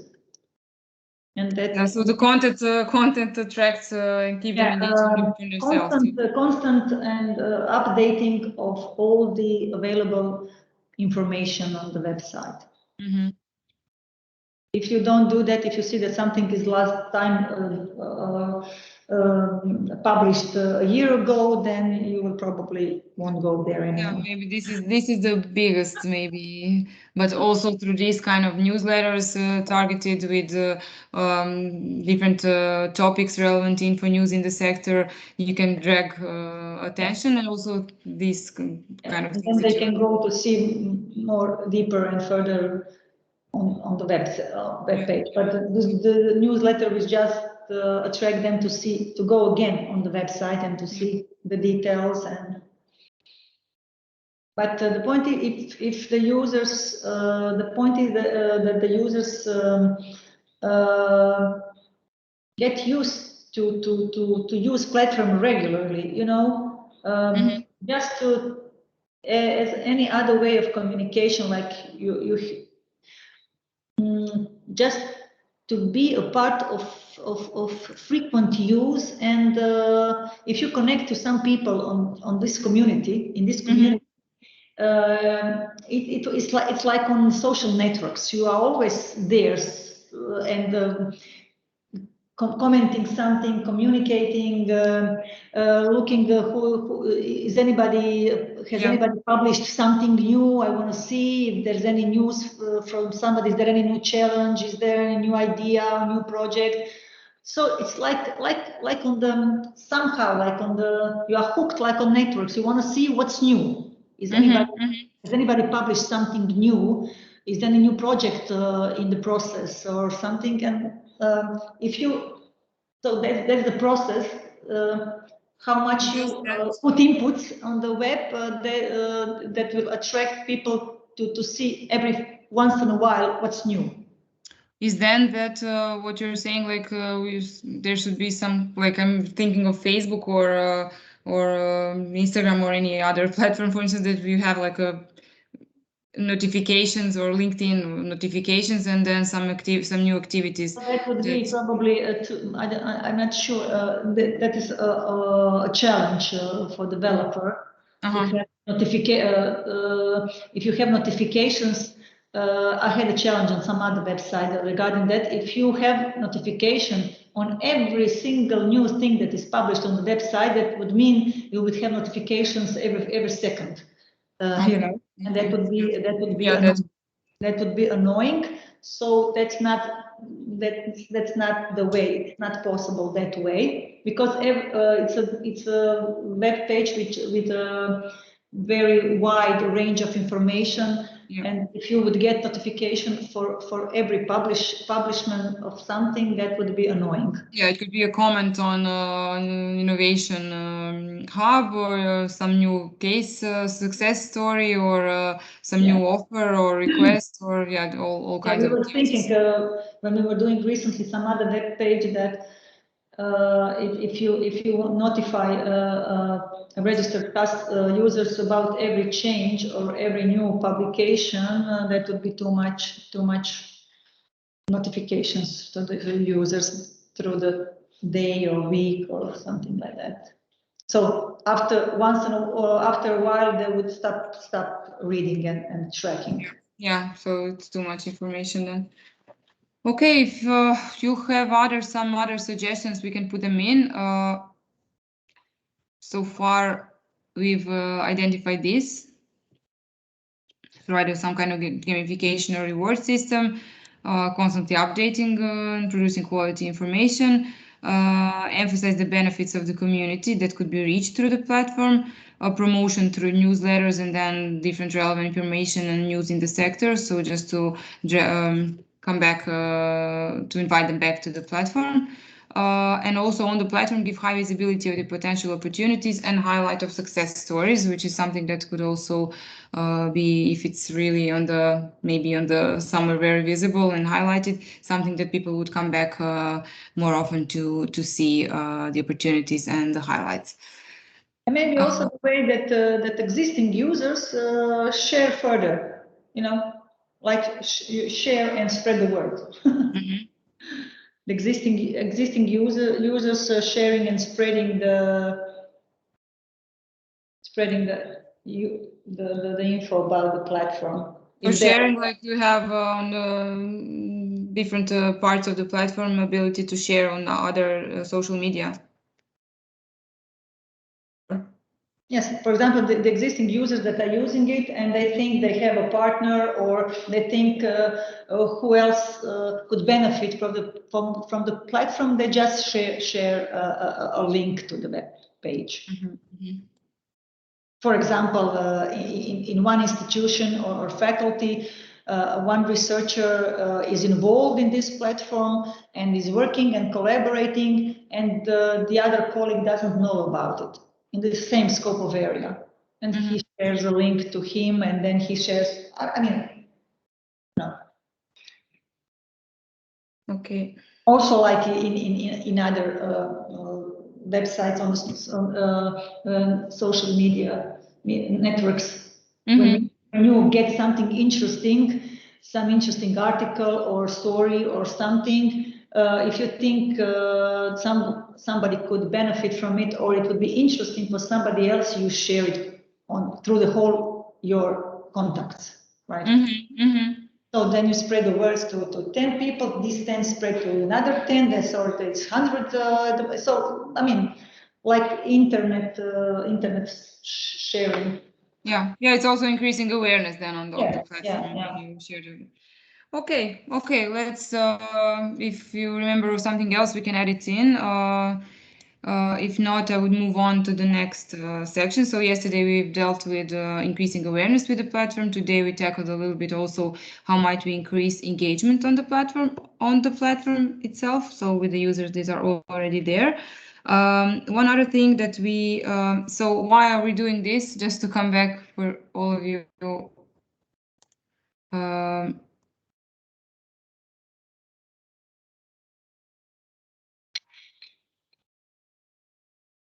Because we always go back also to the spring questions that we had and asking ourselves, have we answered those? So one part was regarding the awareness and will the stakeholders hear about the platform and how can we actually raise awareness, and also will they be will it be the platform understood and the stakeholders interested and see it as valuable and useful, and will continuous participation of the stakeholder be stimulated? So how should we shall we be able to drive commitment and active participation? So these are some of the questions that rose that we asked ourselves in the beginning of the sprint. So that's why I noted them down to try to give some more discussion on that part. Also, will the level of info be just right, not too excessive? That was another question that we cannot. I mean, we will not tackle it today. But the thing that we also discussed and we mentioned it throughout these few days several times were information on what kind of information. Sorry, what's this? No. What kind of information do we need? Would we want to use regarding the sign-in form? So we mentioned that sign-in form. So for anybody who is registering, needs to have some basic data, not to be too extensive, not to really kind of have a counter effect. So also I wanted us to try to just put a note on this to share your thoughts on what are the basic data that would be needed for someone's profile to be registered, to try to identify this as well.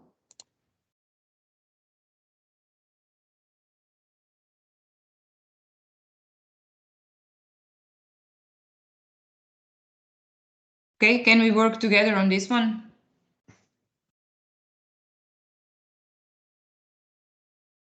So when you get to the platform and you have become a member, what kind of data do you find would be needed for someone to be to have a profile?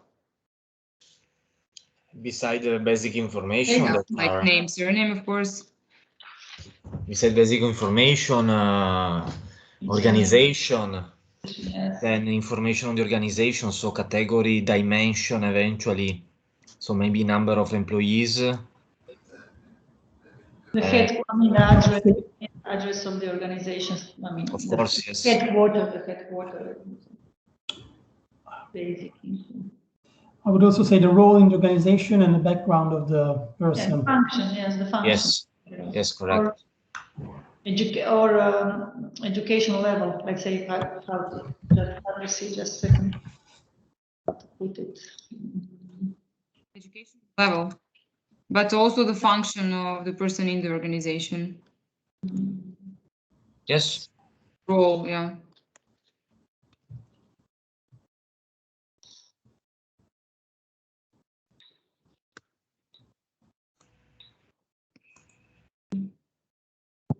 Okay, this data, name, surname, organization, address of the organization, function and role of the person, educational level. Anything else seems like important to have in the sign-in data, sign-in form. Maybe website of the organization. Type of organization. website link, then I believe also email address and the contacts like telephone or whatever. Some kind of field of expertise, like maybe like through drop-down menu or. Yes, definitely scope of work, area of the basic, the basic scope of area of the organization. I was out to say, just a second, I'm missing words. Field of work, field of work. Yeah, area of expertise or field of work. That's area of expertise of area.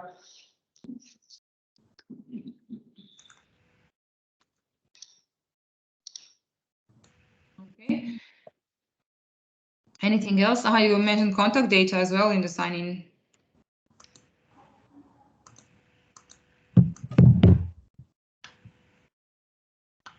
Yes. So I think that sorry, come back. So I don't know whether I missed some discussion. Maybe not necessarily as mandatory field areas, but could be also depending on to ask in which of the different areas of the platform he or she could be interested in.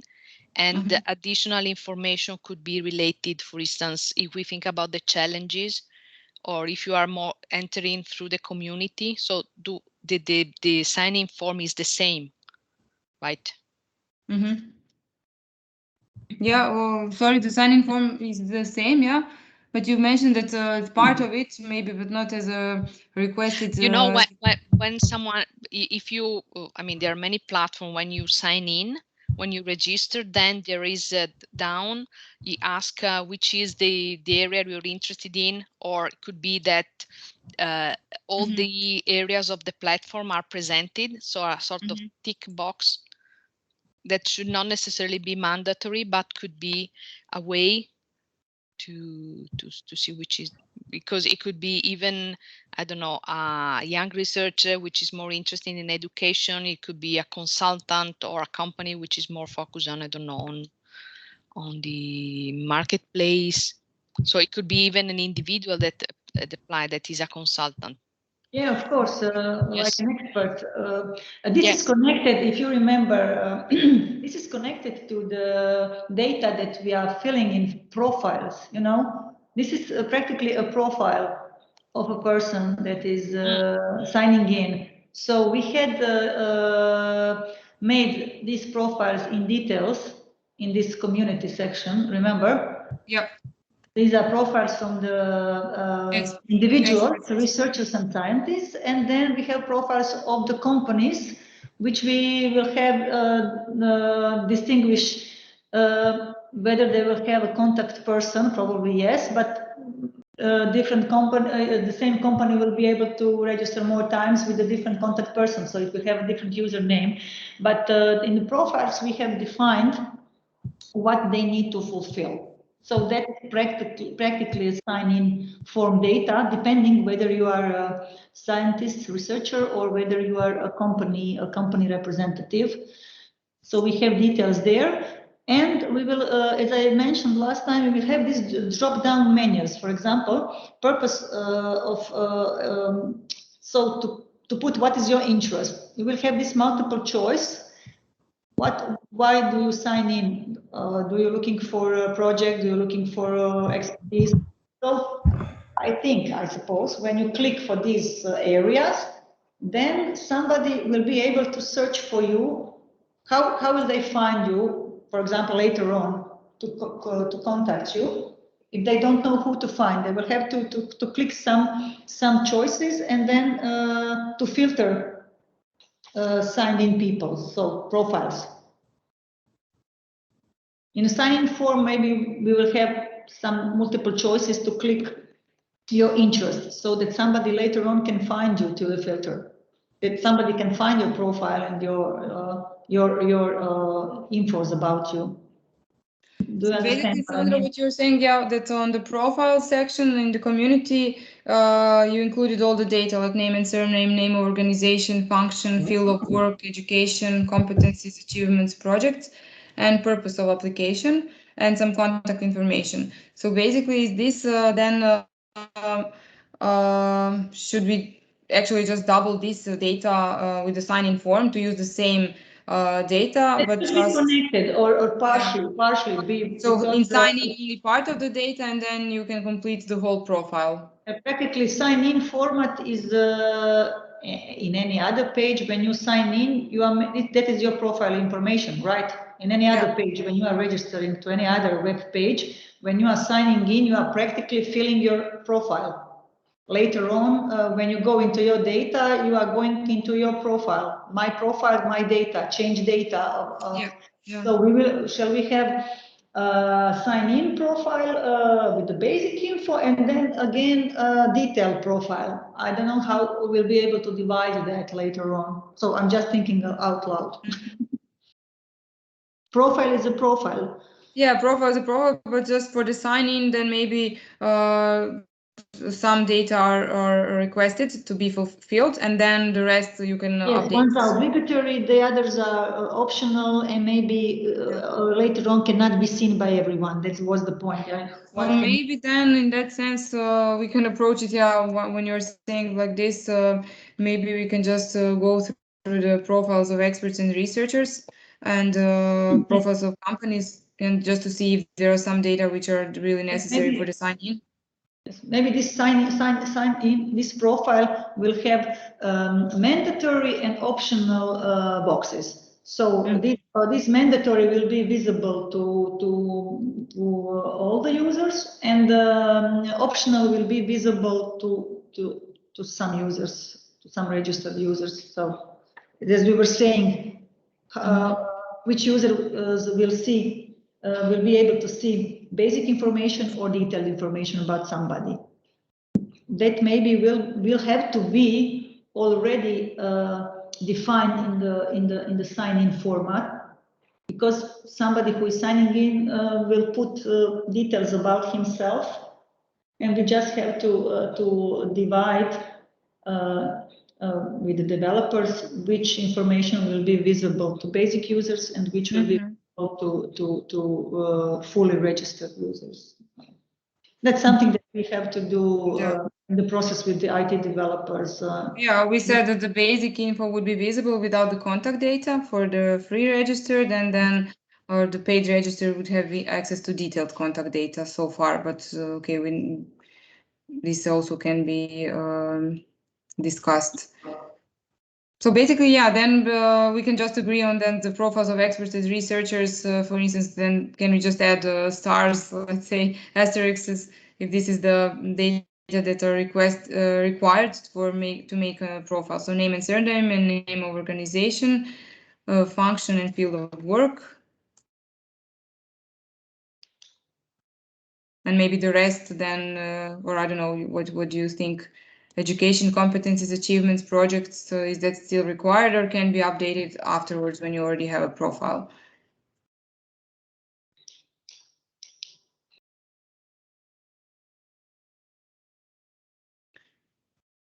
Okay, so this makes sense then for this to be sign-in data like mandatory. Name, surname, name of organization, function, field of work. Education, I mean, what is your title? I mean, the title, I mean, who are you? Okay. Economist, mathematician, engineer.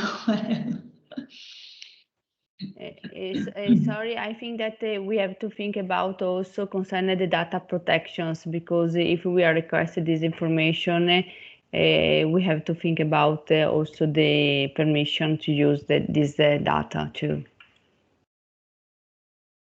These are, I think that all this needs to be covered at the beginning with the terms of use. Of the when you are registering, you have automatically at the beginning click that you are agreeing with the terms of use, and terms of use will be done by the lawyers. I mean the legal department. Yes. And that will be indeed that terms of use. Everything will be covered. So the person who is registering has to click that they agree with the terms of use, and that way we are covering the GDPR. Yeah, just to be sure, because it's a very delicate issues, and we wish to avoid any possible problems from the people that will be registered. Yeah, we have to cover that at the start. At the start of the registering, when they are fulfilling all the data, and then at the end they have to agree with the terms of use, and that way we are covering this sharing of secrets, sharing of data, sharing everything. It's under that. It should be under terms of use. Okay. Yeah, that's correct. Okay. Let me see what else is and this purpose of application. And one other thing you mentioned now in sign-in form, we just called it differently, but also this purpose of application. So what is your area of interest? So either searching for partner in business sector, or for a project, or consulting services, etc. So when you pick or even make a multiple choice, what happens next? So after you make a profile, do you get some guidance on where to find this information, or this is just for the, let's say, statistical monitoring? I think that later on, when we were talking about community, and when we were talking about how to find somebody, we will have some filter. As we said, in the filter, you will be able to click who are you searching for. If you are searching for a person who is, let's say, searching for project, and if you put that in the filter, then you will get a profile of the user who has put in his profile that he is looking for search for project. You know, see. Do you understand? Or if you click on filter that you are looking for somebody that is offering consulting services, then it will list you all the profiles that have in their profiles this option that are offering consulting services. That's something that it's in my mind like that. How will I find some profile on the website if I don't have some kind of filter to reach that person? And if he's offering something and he's put in his profile, how will I find exactly the person?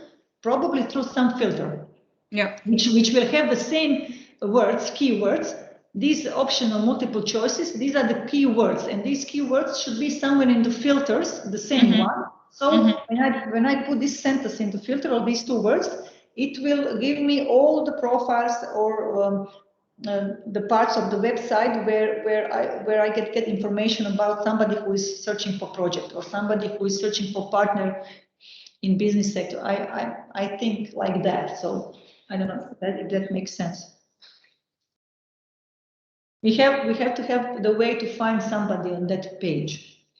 We will not go through all the profiles and read all the profiles in the website. We have to have some filter to find the adequate person who we want to contact our company through some keywords and through some filters. And this filter, then that would be as well. I wrote a note also for that to be used for filtering as well then. And can we just look at the companies? So these were the experts and researchers. Companies are basically the same. It's pretty much similar, right? Name of organization, contact person. Okay, so basically the same data that would be mandatory, similar data that would be mandatory.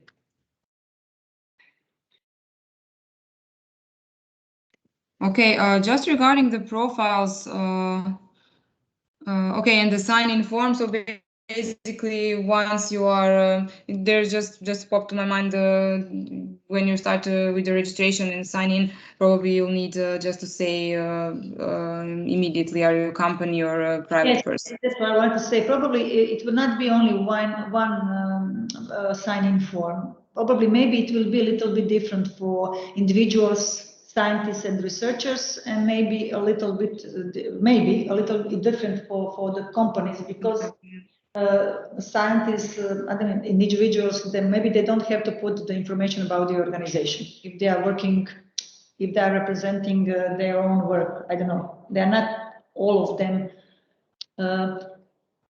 It depends if they want to apply as an individual or representative of the institution. But it also can be different. We will see about that, because we have some examples when we were doing some other innovation platform that we have different forms. For example, we have different application forms for scientific institutions and different for business sector, because we need a different kind of information from different them. set of data and information. Yeah, because from the scientific institutions you need some other information than from the business institution. Okay, okay. Not maybe possible to put it all in one type of form. Maybe it will be a few types of sign-in forms. Maybe. Okay. Okay, then we need to see about that. Regarding what was planned for today, we kind of covered all the topics. So we covered going through all the boards, separation of the content for the paid membership. We discussed the engaging stakeholders to be active, and we discussed the sign-in form, so the data that would be required for the sign-in form. It's time, actually, if you have any open questions or something else that you would like to discuss before we close the sprint. Anything else that you are interested, not clear, would like to use this opportunity to clarify a bit more, or share some of your thoughts? From my side, it's fine. Thank you. Okay. Mine as well, Petra. Thank you so much. It was really tough from remote. Yeah, I know. I was so disappointed, really, when I heard we were going to do it. You were great, but it's really tough to keep the concentration. Yeah, it was very interesting. Because some things can be done remotely. For some things, it's much difficult, and this is really asks for a lot of engagement and a lot of cooperation. I mean, people are managing, and sprints are also done online, since we didn't have any other possibility, but it's never the same as we are in the same room constantly, the same people. So let's see, hopefully we will have a chance. So regarding what we have done so far, so all of the things that helped us with the identification of the goals and the sprint questions, we went shortly now even through the sprint questions, so I will not repeat on them, but we, as you see, we tackled a lot of them throughout the sprint, so we can never answer all of them, but we did tackle regarding the participation and sharing of the results, awareness and hearing of the platform, so not to just repeat on all of them. The map was how might we questions also, we did tackle some of these issues, so distinction among free and paid content, not limiting the role of stakeholders, so we did intend that they can also be end users and solution providers, the same they can use ask for technology requests or for technology offers, etc. So from submit offers and submit requests.